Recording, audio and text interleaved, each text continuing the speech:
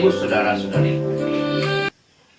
kita mengenal seorang uskup dari Hippo bernama Agustinus. Tetapi kalau kita coba flashback kembali ke belakang tentang riwayat hidupnya, ternyata perjalanan hidup Agustinus atau sekarang ini dipanggil atau disebut Santo Agustinus itu penuh dengan suka duka, bahkan penuh dengan kegelapan. Ketika dia masih muda, remaja sampai pada muda, dia hidupnya tidak beraturan, berantakan. Dia penuh dengan kejahatan, seringkali mengambil barang-barang dari rumah, lalu dijual untuk dipakai berjudi, merokok, minum-minum, bahkan minta maaf, dia juga main perempuan. Sampai-sampai dia mempunyai seorang anak bernama Amadeus. Jadi anaknya itu anak gelapnya disebut Amadeus.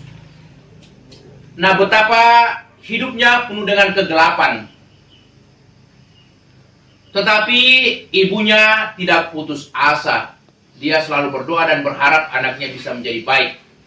Tetapi sayangnya itu sulit baginya untuk berubah karena tidak ada teladan yang dia dapatkan. Ayahnya bernama Patricius juga seorang pemabuk, perokok, penjudi, dan juga main perempuan. Ini yang membuat dunia Agustinus semakin berat dan semakin gelap. Tetapi suatu waktu dia menyadari bahwa hidupnya akan berakhir. Tidak selamanya dia muda dan tidak selamanya dia kuat. Suatu saat dia akan menjadi tua dan berakhir kehidupan. Nah, dari pengalaman itu dia banyak merenungkan apa artinya hidup ini kalau hanya dalam kesenangan-kesenangan duniawi, bahkan mengganggu ketentraman orang lain, juga mengganggu kedamaian orang tua. Akhirnya dia memilih jalan yang baru, bersekolah dengan baik, rajin belajar, dan memilih masuk seminari, lalu menjadi imam, bahkan menjadi uskup yang baik, lalu ditempatkan di Hippo, di Afrika Utara kalau tidak salah.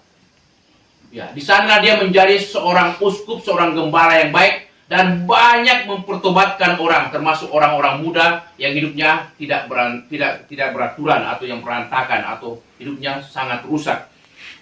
Lewat teladan, khotbah-khotbah dan nasihat daripada Agustinus, banyak orang yang sungguh bertobat, bukan hanya orang-orang muda, tetapi juga orang-orang dewasa. Mengapa? Karena Agustinus atau uskup Agustinus sadar betul bahwa hidup kita ini hanya sementara. Mengapakah kita hanya mau menggunakan waktu kita ini untuk hal-hal yang sia-sia? Lebih baik kita gunakan waktu kita ini untuk hal yang baik. Itulah yang membuat Agustinus menjadi seorang santo, bahkan juga mempertobatkan ayahnya sebelum meninggal. Jadi ayahnya Patricius juga bertobat menjadi orang Kristen sebelum dia meninggal. Bahkan keluarga ini disebut Santo dan Santa, ibunya Santa Monica. Nah, apa yang bisa kita renungkan di sini? Hari ini kita mendengarkan Yesus mengatakan, waspadalah. Jangan sampai kamu disesatkan oleh banyak orang yang datang atas namaku, waktunya telah tiba.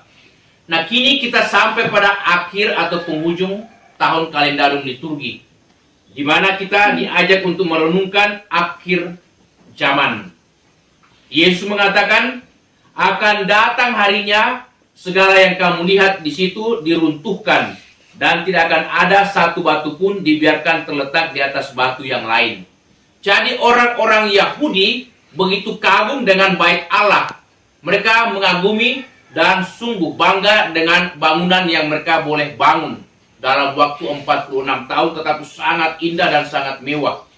Tetapi Yesus mengingatkan bahwa itu semua tidak akan bertahan lama.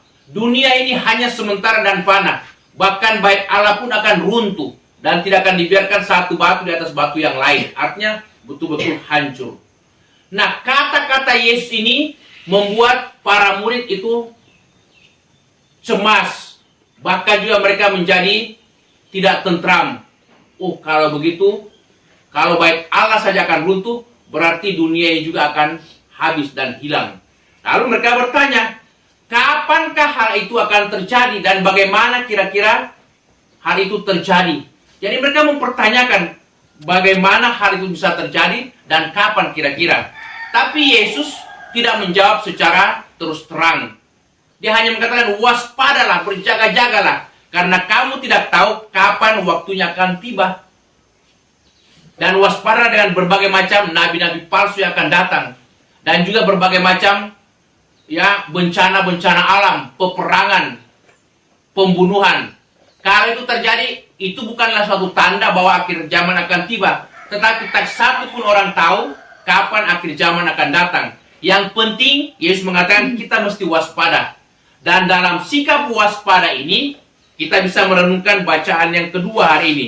Dari surat Rasul Paulus kepada umat di Tesalonika. Dikatakan, kami tidak makan rezeki orang dengan cuma-cuma, tetapi kami berusaha dan berjerih payah siang malam, supaya jangan menjadi beban bagi siapapun di antara kamu. Kami bekerja keras. Jadi Paulus ini kendati layak mendapatkan jaminan makanan minuman dari jemaat karena melayani, tetapi dia mengatakan tidak. Kami tidak mau menjadi beban bagi orang lain. Kami bekerja keras menghidupi diri kami sendiri, supaya jangan menjadi beban bagi orang lain. Tetapi terlebih Paulus juga memberikan contoh bagaimana hidup yang layak, hidup yang baik. Karena Paulus yakin betul kalau orang hidupnya baik akan mendapatkan ketentraman dan kedamaian, bahkan keselamatan. Dikatakan wajahnya akan berseri-seri.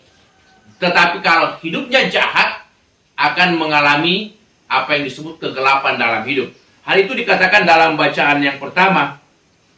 Sungguh hari Tuhan akan datang menyala seperti perapian. Maka semua orang yang gegabah, orang yang jahat, yang berbuat fasik dan akan menjadi seperti jerami, akan terbakar habis.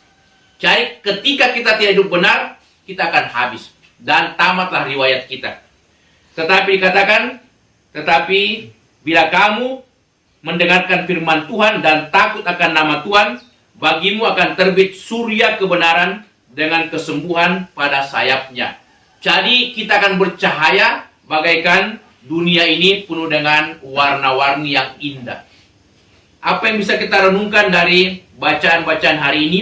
Bahwa takut akan Tuhan, mendengarkan firman Tuhan, melaksanakan firman Tuhan dalam hidup adalah hal yang utama.